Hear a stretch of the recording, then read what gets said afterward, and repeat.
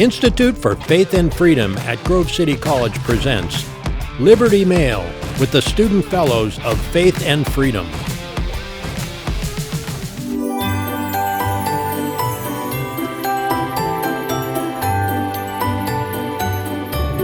Merry Christmas, everyone. Welcome to Liberty Mail with Aaron Jenks. And Grace Riley. And we're here in the underground studio at Grove City College, coming at you for a Christmas special.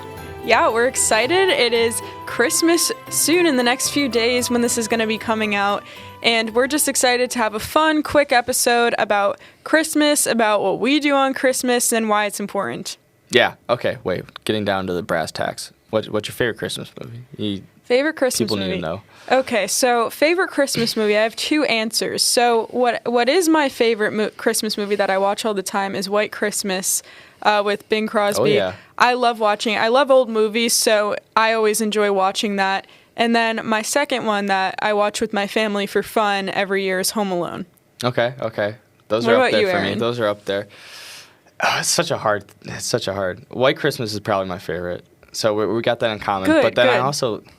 I love Die Hard. Die Hard is a Christmas movie. Oh no my matter gosh. who you talk to. Ask Dr. Stanton. That's not true, no matter who you talk to. Okay, Dr. Stanton, if you don't know him, he's a professor here at Grove City. He goes, Die Hard's number 1, Lethal Weapon number 2.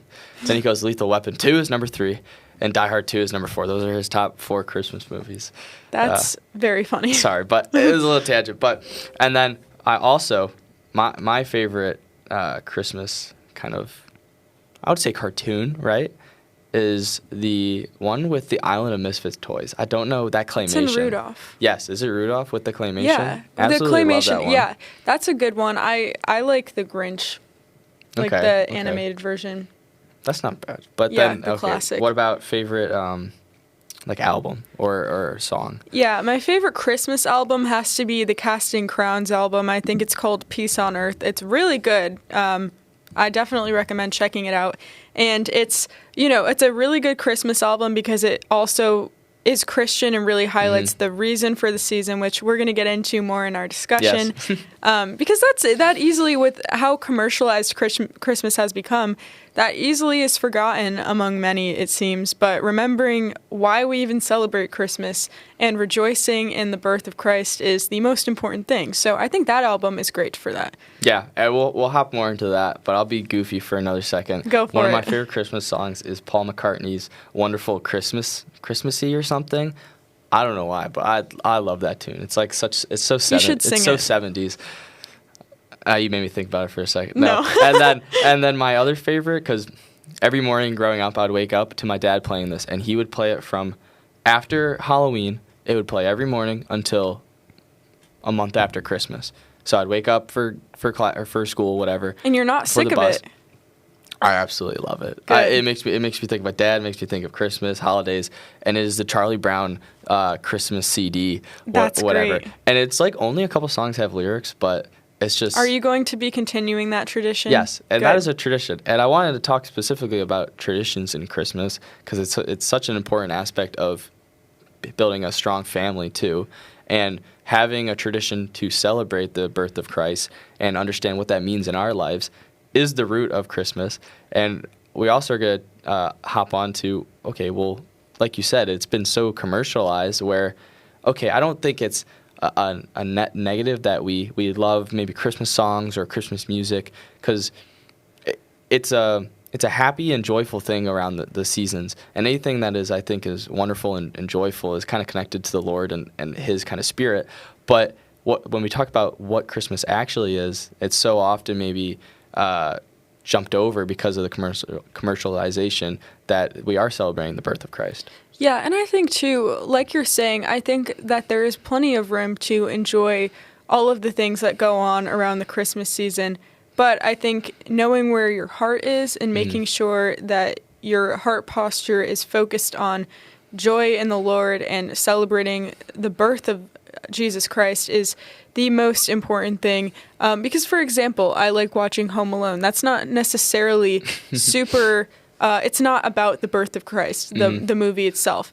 But still with that, the point being that there's a lot of ways to find joy in the Lord throughout the season and also enjoy some of the other things that go on, but just making sure that the focus is on Christ and not on the other things, making sure that focus is there, and that as a family celebrating Christmas, that the family's celebration is focused on that as well. Yeah, and like we're saying, it's so many things in life, and C.S. Lewis writes really wonderfully on this, is that even some atheists or Hindus can really be close to the Spirit of God in a sense that they might be doing positive and like joyful things in life.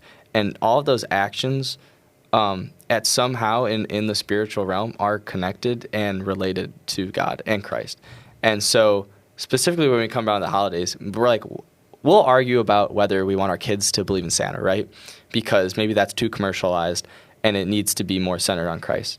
But yeah, and that is a conversation I want to bring up. I never even really heard that debate until coming to Grove City, honestly. So even for people listening, that's something since Grove City's a Christian school, a lot of people talk about is that a good thing or not? So it is a debate that happens here quite a bit. Yeah, and it's so, I don't think you can say it's inherently a bad thing by itself, because of if you bring in the biblical understanding that, or theological understanding that all these kind of, I would say awesome, and it's my favorite time of the year. Like, people are in a great mood, people are spending time with family, and definitely showing acts of love to one another, and that inherently is gifts from the Lord.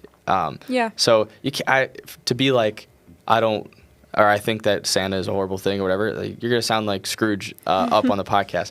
But personally, I mean, I've talked about this with my fiance, and I don't think we will do that. I don't want to, but then that also comes into the fact that I was like 4 years old and my 3 older brothers told me that Santa wasn't real. So for I never really had that experience of believing in Santa, and I was maybe a little annoying 5-year-old. You might have just spoiled it for people listening, so good job, Aaron. But yeah, so just moving on, do you have any traditions and ways that your family celebrates Christmas and makes sure that Christ is the center of the season? Yeah, well, I mean, I thank my dad for this, and every holiday, and especially Christmas, he does a pretty extended prayer, or extended maybe a talk before dinner, and then even a prayer of, okay, what are we actually celebrating? What does that mean right now with how we have been given a gift of grace from Christ? And then how can we extend that to, we're here gathered today, Christmas Day or during the holidays, and it's just a time to love one another and a time for family. Yeah, I think that is perfect, and just a perfect way to end here. It's just a short episode with the holiday season, but that's the point. And my family, too, focuses heavily on family time and making sure that we're all spending quality time together around Christmas, on Christmas Eve, Christmas Day. So I'm really thankful for that, and just family. And just before we close, I just want to make a note that we're hearing from our producer that she objects to Die Hard being a Christmas movie.